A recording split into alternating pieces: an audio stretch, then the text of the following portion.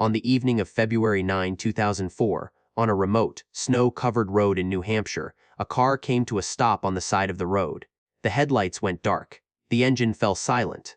When police arrived, no one was standing beside the vehicle. The one person who should have been there, a 22-year-old woman named Maura Murray, had vanished. Maura Murray was a nursing student at the University of Massachusetts Amherst. She was young, intelligent, healthy, and surrounded by a loving family, with a future many people would envy. To her friends and relatives, Maura was a well-behaved, disciplined young woman who always tried her best and had never given anyone serious cause for worry.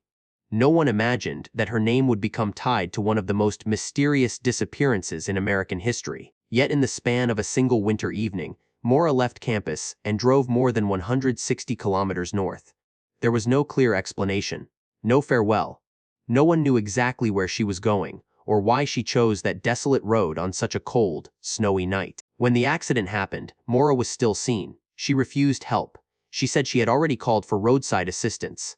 Minutes later, when police arrived, Maura was gone. No footprints in the snow, no vehicle leaving the scene, no clear trail of clues to follow. Since that moment, time has continued to move forward, but the questions have remained. Where did Maura Murray go on that freezing night? Did she leave on her own, or was she forced to disappear? And what happened in those brief minutes between the crash and the arrival of the police? This is not just a case. It is a story about a person, a family, and a wait that has lasted for many years, marked by silence and fragile hope. After that freezing, snow-filled night when the car sat silently along the roadside and Maura Murray was no longer there, people began to trace time backward, trying to understand who she really was. Not just a name in a missing persons file, but a living, breathing young woman, with youth, dreams, and words left unsaid. Maura Murray was born and raised in Massachusetts, in a family that valued discipline, responsibility, and closeness. From an early age, she learned to push herself and to stand on her own 2 feet. She was not loud or attention-seeking. Maura was quiet, polite, and always tried to maintain the image of a good daughter and a dependable sister within her family. When she entered the University of Massachusetts Amherst, Maura chose to study nursing. It was a decision filled with meaning. Nursing is not an easy path, nor is it glamorous. It demands endurance, devotion, and the ability to face other people's pain day after day. For Maura, it seemed to be a way to find her own sense of worth by caring for and supporting those more vulnerable than herself. Outside the classroom, Maura loved sports and had a background in long-distance running. The exhausting practices, the repeated laps run in silence, felt much like who she was as a person: persistent, resilient, and rarely complaining. She was used to pushing herself beyond her limits, and just as used to hiding her own exhaustion. To her friends, Maura appeared organized, disciplined, and somewhat reserved. She did not open up easily, and she rarely shared her deeper worries. Even under pressure, Maura tried to maintain a calm exterior. Some sadness existed only in silence, without explanation. Maura was also in a long-term relationship that dated back to high school, a relationship that, from the outside, seemed stable and secure, solid enough to believe in a shared future. She once believed her life was on the right path, that if she just kept trying a little harder, everything would eventually be okay. But behind that image, there may have been inner conflicts that no one noticed in time. When Maura disappeared, what haunted people most was not only the question of where she went, but whether anyone truly understood what was unfolding inside her mind and heart before that fateful moment. If judged only by appearances, Maura Murray's life seemed to be moving along its familiar path. She went to class, trained, stayed connected with her family and her boyfriend. But as the moment of her disappearance drew closer, signs of instability began to surface quietly and in fragments, like small cracks in a wall that once seemed solid. Several months before that fateful night, Maura became involved in a legal issue related to unauthorized credit card use. To many, it might have looked like nothing more than a youthful mistake. But for Maura, a young woman who lived by strict rules and set high standards for herself, it felt like a slip that shattered her sense of control. It did not just leave a mark on her record, it left behind guilt and shame that Maura rarely shared with anyone. Family members later said that during this period, Maura grew more withdrawn. She spoke less about her emotions, yet the tension seemed ever present. Academic pressure, family responsibilities, and the expectations placed on a young woman continued to pile up, growing heavier with each passing day. Maura was used to being strong, used to believing that she was not allowed to fall apart. A few days before leaving campus, Maura emailed her professors, requesting a week off from classes and claiming there had been a death in her family. It was a lie. No one in her family had died. The true reason she felt such an urgent need to leave remains unanswered to this day. But that lie itself suggests that Maura was searching for an escape, if only a temporary one, from the pressures closing in around her. Around the same time, police later discovered that Maura had searched for directions to Vermont and contacted several lodging and rental locations. These actions did not resemble a spontaneous trip. They carried the weight of preparation, of a desire to step away from her familiar surroundings, at least for a short while. Sometimes people do not leave because of one dramatic event. Sometimes, it is the accumulation of too many small things unspoken, unheard, that becomes unbearable. For Maura Murray, the instability before her disappearance was not loud or theatrical, but it was enough to make a young woman feel that she needed to walk away from everything, even if only in silence. In the portrait of Maura Murray's life, her love for Billy Rausch was once a significant shade of color. They met in high school, grew up together, and shared many of the most important stages of youth. To family and friends, their relationship appeared to be a solid anchor, a love story long enough to make people believe the future was already mapped out. Billy had been a constant presence in Maura's life for years. They spoke often, shared plans, and had even discussed marriage. For Maura, that relationship offered a sense of safety, something stable amid the constant changes of college life. But like many relationships stretched across time, that closeness did not come without strain. In the period leading up to Maura's disappearance, their relationship was believed to be experiencing difficulties. Interrupted phone calls, unanswered messages, stretches of silence that lasted longer than usual. Maura did not speak openly about it to anyone, but tension seemed to have crept into a bond she once deeply cherished. Sometimes, the relationships closest to us are also the ones that carry the greatest pressure, driven by the fear of hurting someone we love.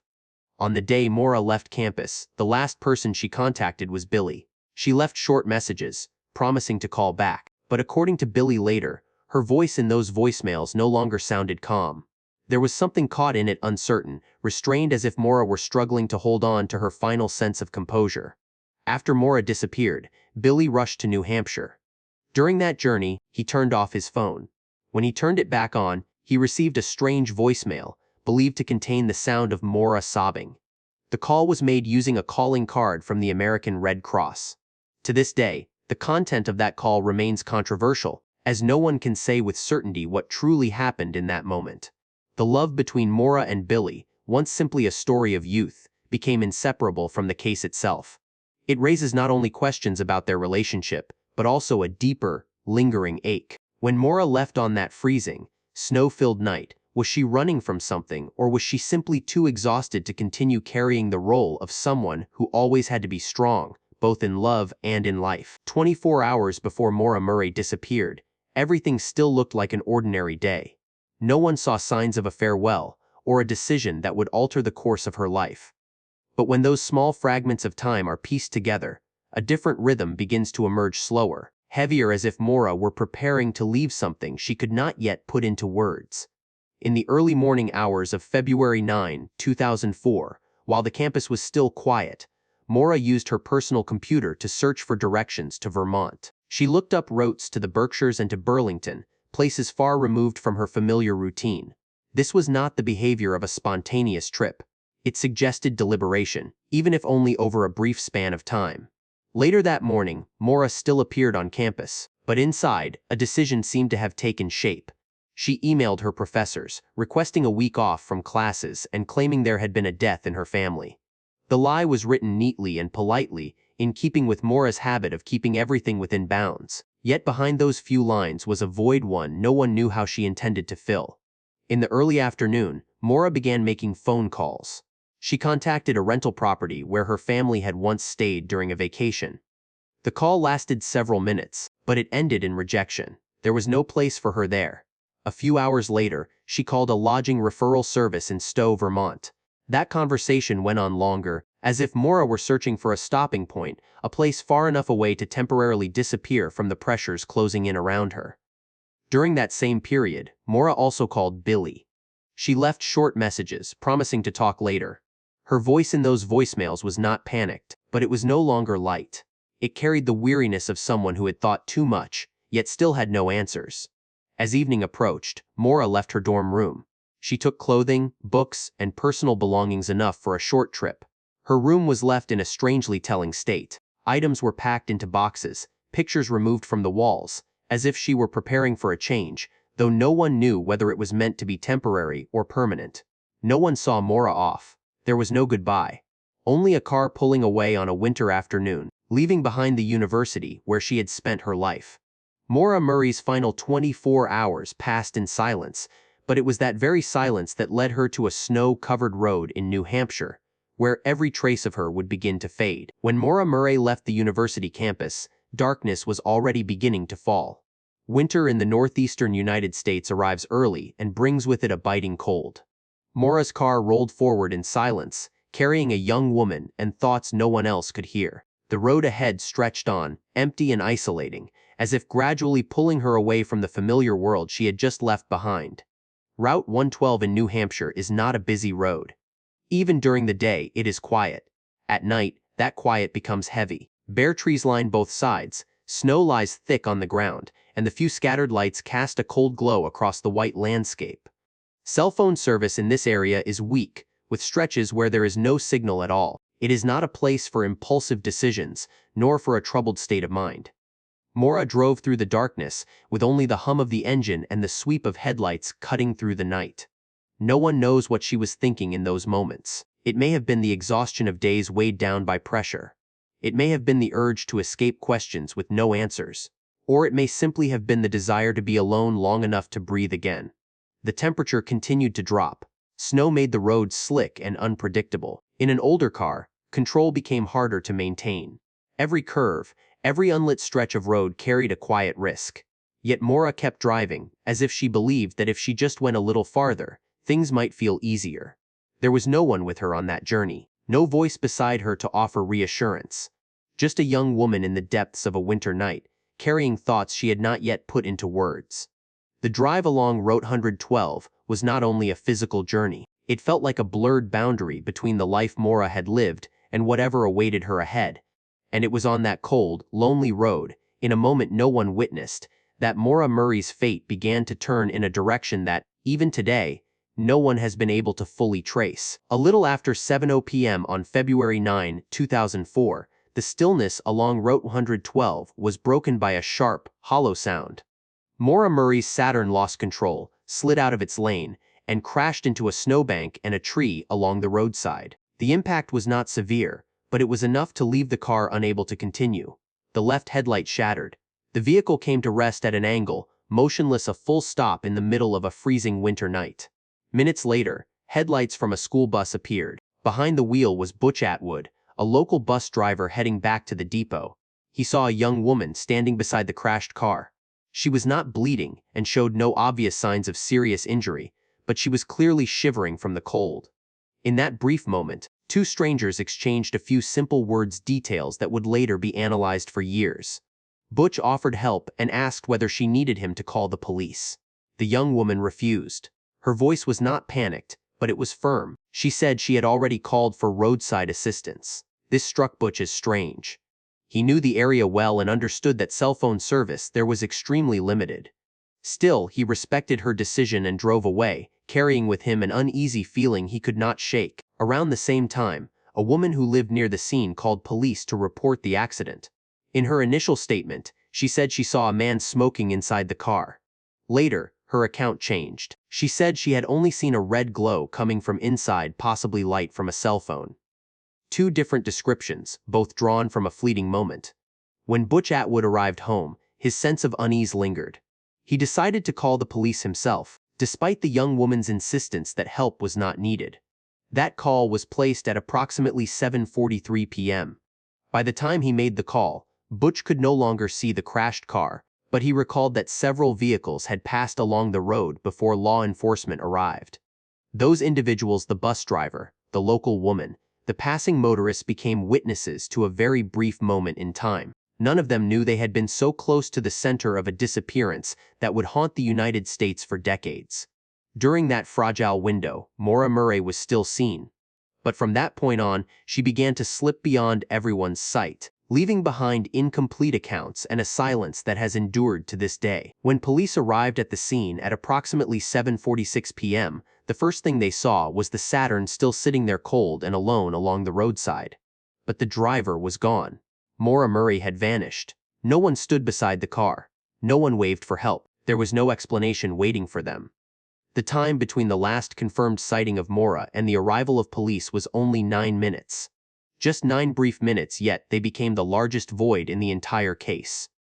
In those 9 minutes, what happened to a 22-year-old woman in the freezing night? How did she leave? Where did she go? Or did someone else appear at precisely that moment?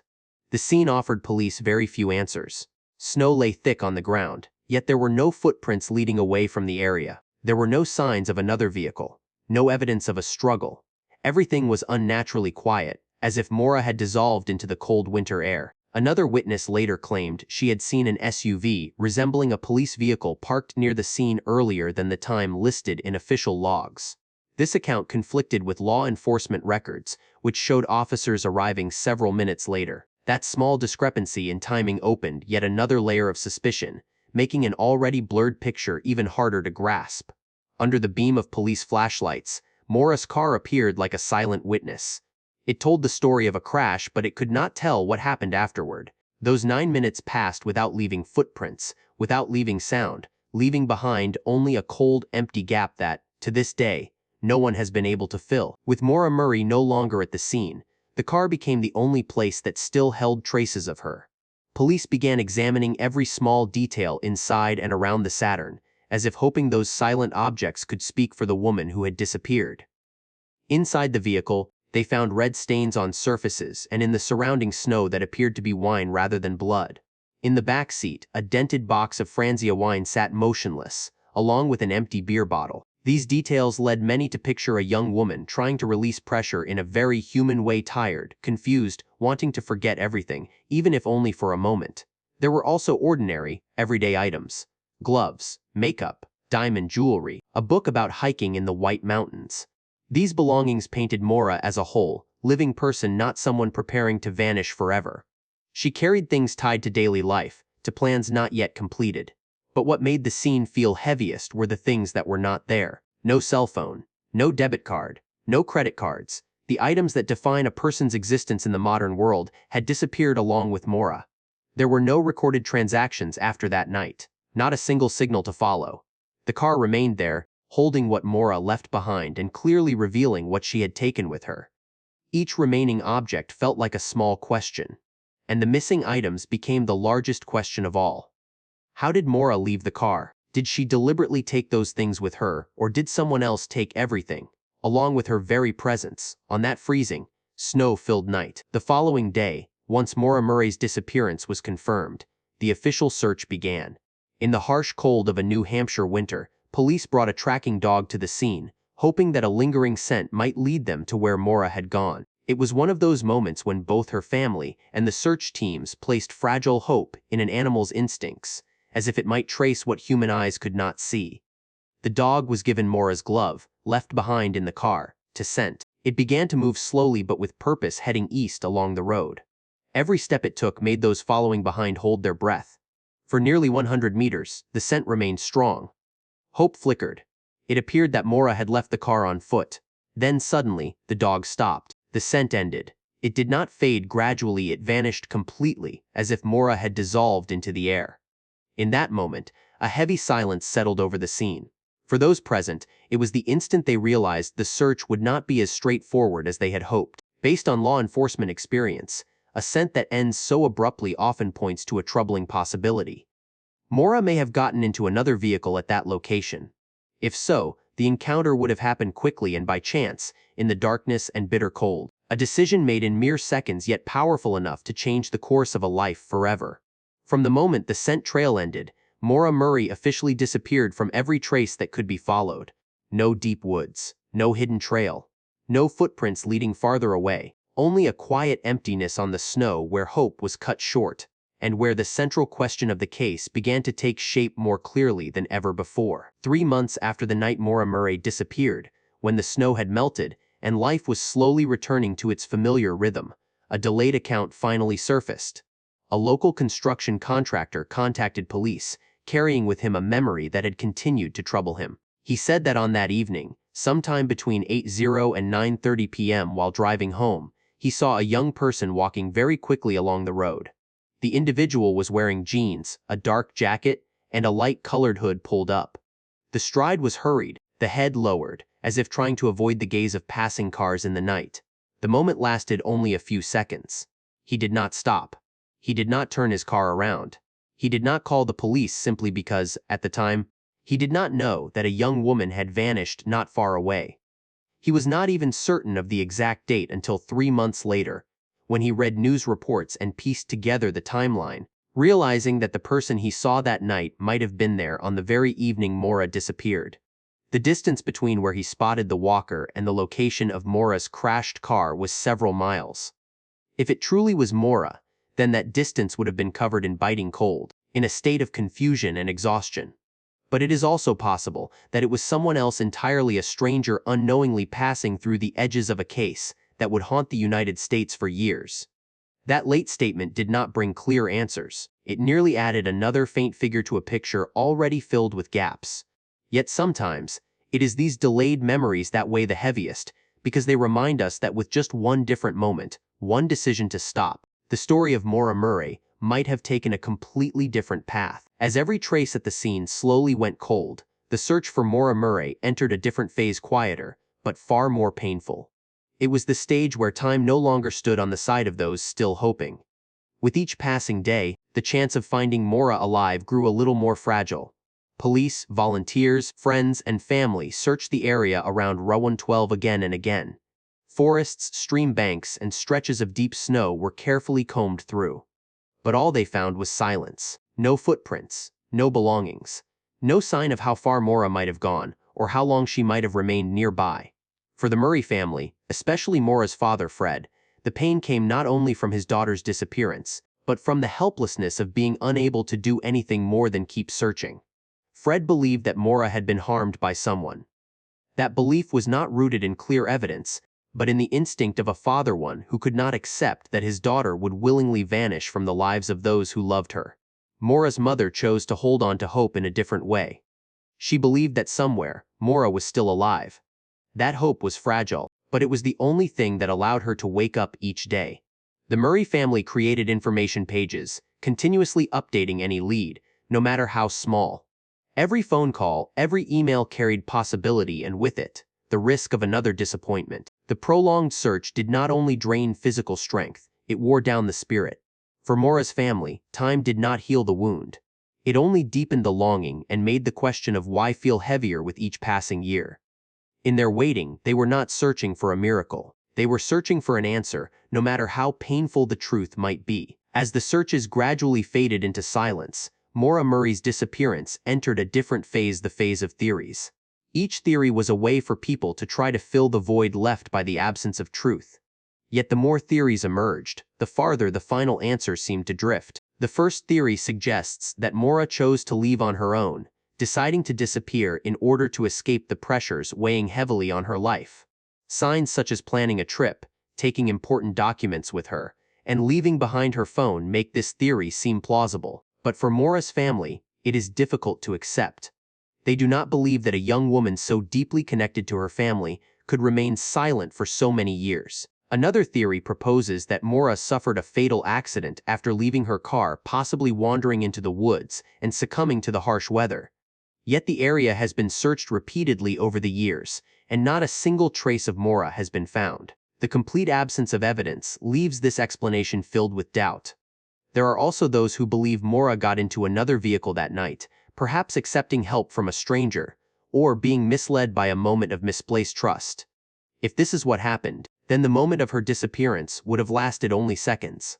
A quick decision, made in confusion, may have led her to an outcome no one could have anticipated. The most painful theory, and the one Maura's father believes, is that she was harmed by someone. But to this day, there is no concrete evidence to support it. No crime scene, no clear suspect, only fear existing alongside silence. Each theory carries a fragment of truth, and also many unanswered gaps. The only certainty is that Maura Murray disappeared, leaving behind people who are still trying to understand what truly happened on that cold, snowy night. More than 2 decades have passed since that freezing night on Route 112, yet the story of Maura Murray still has no ending. There is no confirmed truth, no final conclusion, only a long, enduring void, where unanswered questions continue to exist quietly with the passing years. Where did Maura go after leaving that car? Did she truly walk away on her own into the darkness, or did she encounter someone and a turning point beyond her control? Those 9 mysterious minutes, for a 22-year-old woman in the grip of a harsh winter, may have been the moments that decided her entire fate. This case is not just a collection of timelines, witness statements, or theories. It is a story about a person who vanished, and about those left behind, forced to continue living in a state of waiting. For Maura's family, each passing year has not been a time of healing, but another year spent learning how to live with uncertainty. Some cases haunt us because of their brutality. Others linger because of their silence. Maura Murray belongs to the latter, the silence of the scene, the silence of her final moments, and the silence that has stretched on to this very day. Perhaps the question is not only how Maura disappeared, but whether the truth will ever be found. And if that day never comes, then the only thing we can do is continue to remember Maura Murray as a human being, not just as an unsolved mystery. If you've stayed until this moment, it means Maura Murray's story has touched you in some way. Not because of shock or sensationalism, but because this is a deeply human story about a young woman who disappeared, and about the people who have never stopped searching for answers. Every case is more than just a file. Behind it is a family, long nights filled with silence, and hope that is still held on to even after many years. By listening, reflecting, and asking questions, you help ensure that stories like this are not forgotten. If you have your own thoughts about what may have happened to Maura, leave a comment below. Every perspective can open a new way of looking at the case, and sometimes it is the shared insight of a community that brings long-forgotten mysteries back into the light. And if you believe stories like this deserve to be told with respect and depth, consider subscribing to the channel and continuing this journey with us. Every subscription doesn't just help the channel grow, it helps ensure that the people behind unsolved cases continue to be named, remembered, and searched for, until the truth is no longer left behind in silence.